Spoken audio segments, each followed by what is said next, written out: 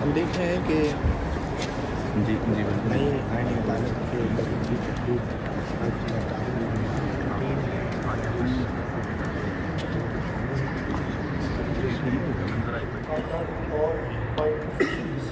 to influence my official conduct or my official decisions, that I will preserve, protect, and defend the Constitution of Islamic Republic of Pakistan. and defend the Constitution of Islamic Republic of Pakistan. And that in all circumstances,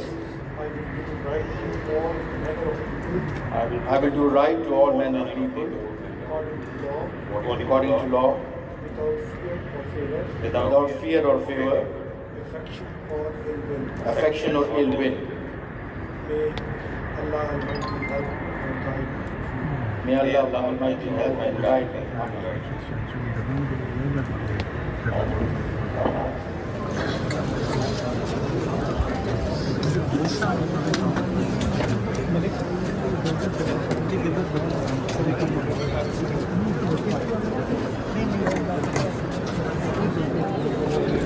جی اس وقت ہم موجود ہیں یہاں پہ. تھوڑی دیر قبل جو ہے وہ تقریب ہوئی ہے.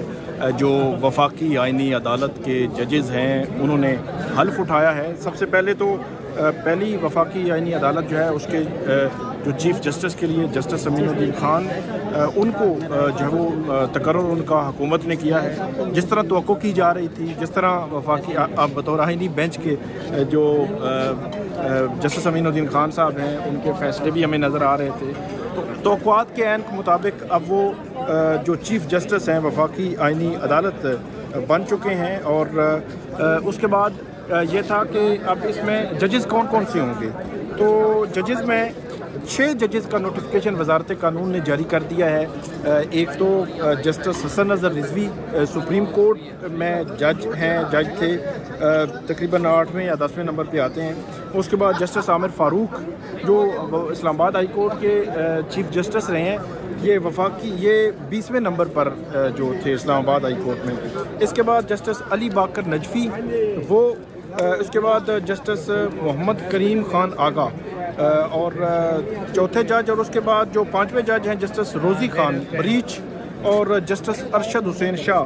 اچھا, جسٹس حسن نظر رضوی, جسٹس عامر فاروق اور جسٹس علی باقر نجفی, یہ 3 جج جو ہے وہ سپریم کورٹ آف پاکستان سے لیے گئے, یعنی کہ چیف جسٹس اور 3 جج جو ہے وہ سپریم لیے گئے ہیں وفاقی جو سپریم کورٹ آف پاکستان سے. سپریم کورٹ بھی اب جو ہے وہ سپریم ایپلیٹ کورٹ بن چکی ہے, اس سے لیے گئے ہیں. تو یہ مجموعی طور پر چیف جسٹس, 3 جج سپریم کورٹ سے, اور 3 جو ہیں جو کے آغا جو جسٹس محمد کریم خان آغا یہ سندھ ہائی کورٹ سے لیے گئے ہیں. جسٹس روزی خان